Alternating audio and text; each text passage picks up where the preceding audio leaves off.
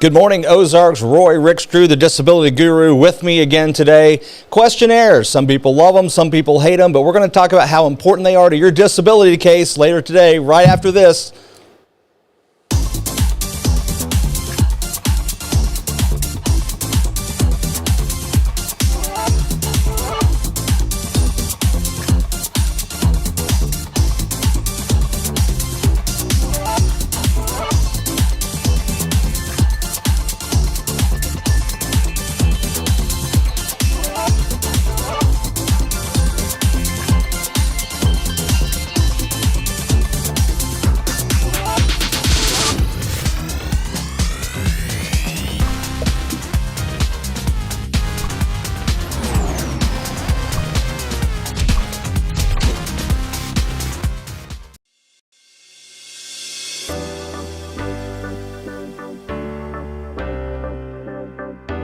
I want to be your disability rep.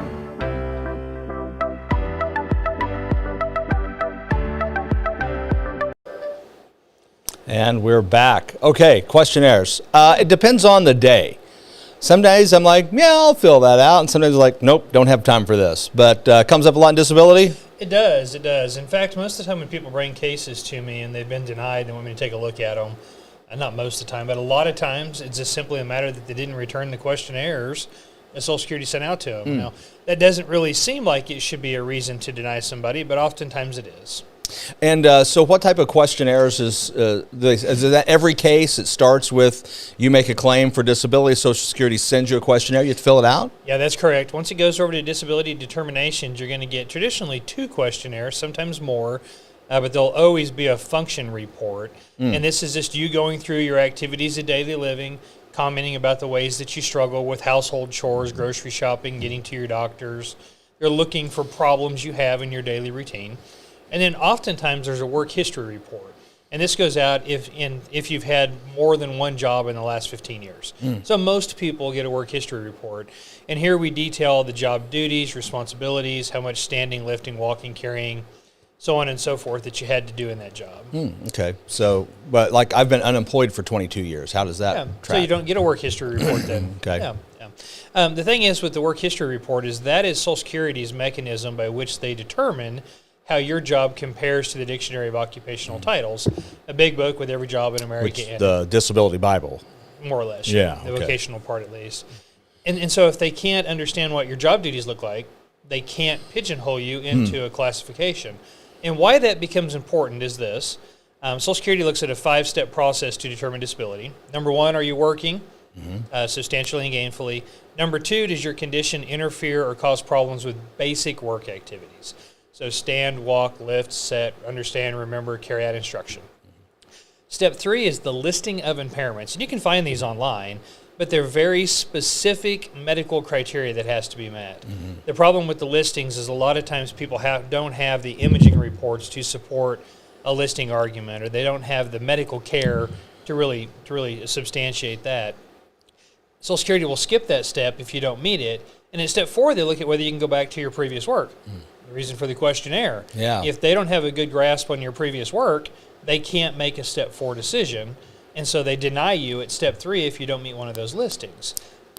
No, go ahead. Yeah, and the problem with the listings is, it's a very specific criteria. So we're going to see major instability of a weight or instability of a major weight-bearing joint with the use of 2 handheld assistive devices, or problems with an upper extremity that keeps you from using an assistive device. Right. Well, your knee may not meet that criteria, but your knee may still very well be disabling.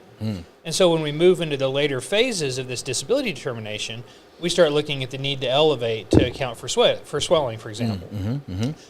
We see limited capacity to stand for very long, the need for a sit-stand option, for example.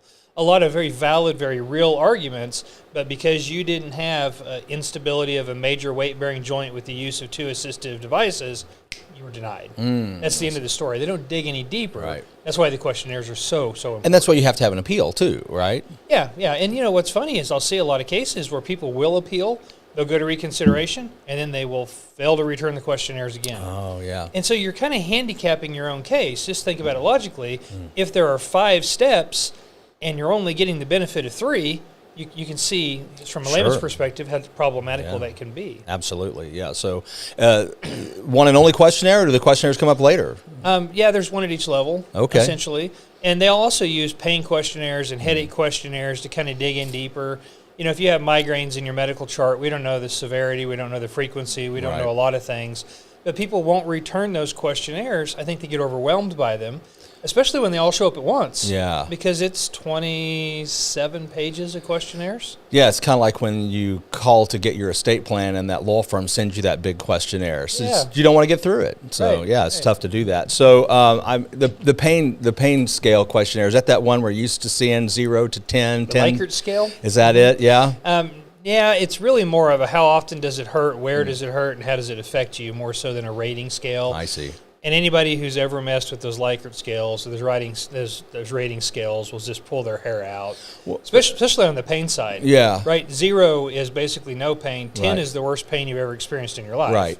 So whenever I go to the emergency room and they ask me that 0 to 10, I always tell them I'm rating on a 0 to 10, 10 being the kidney stones that I've had.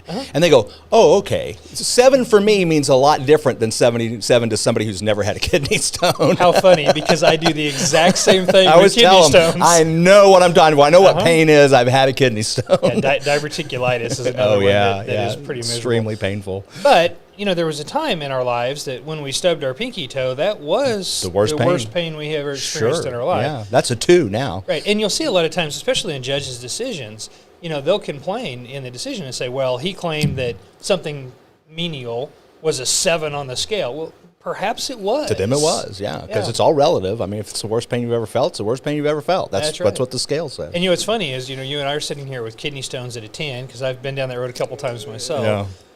But, you know, if we ever were gunshot, our scale would change. I don't until think it so. does. I really don't think it would. Based on everything I've heard from people, I'm not sure it Yeah. would. Oh, man. That is one of my friends put it very, very well. Is I felt like I was going to die, and I wanted to. Yeah. It hurt so bad. I'll tell you what, it was amazing how miserable that was. I threw up. That's the only time I've ever thrown up from pain. Yeah, me too. It was. And I found out that if you're in the emergency room and you throw up on the floor, you get seen pretty quick. Oh, that's good to know. Yeah. Yeah, because usually when I've gone in there, I've been in the emergency room 4 times for kidney stones, and usually they get you in fast. But there was one time they were busy, and you know, kidney stones not life threatening, Right. and so you're not high on the list, despite the fact you're in extreme pain. And I'll keep that in mind for future reference. Yep. I did it wait a bit, and it was no fun. My ER doctor, when I went in for the kidney stone the first time, he called the urologist every hour throughout the night until he came in. Oh yeah. Yeah, every hour. So, you know, bless his heart for getting Yeah. the guy out of bed for me. No kidding. That's tough. Any parting shots for us today, Roy? You know, the questionnaires can be overwhelming, but if you don't fill them out, they can derail your case. And so, you know, if no other point in this process, you reach out to somebody for help, that is a good place. Yeah, to reach out to someone for help. I was assuming you're more than happy to sit down with people in those questionnaires and help them fill that out. Yeah, you know, and it's funny because if you see other, you know, larger companies that, you know, will send these things out and just leave people to fend for themselves and never follow up. And you know, you can call into a couple places, and on the recordings, it will remind them to do it. Yeah. I fill them out for people. So Yeah. give me a ring, 417-812-6698. Click on the QR code. You can schedule an appointment with me directly from there, or come see me at the Resource Center. Yep, and we'll be back next Monday with more Disability Guy. Thank you.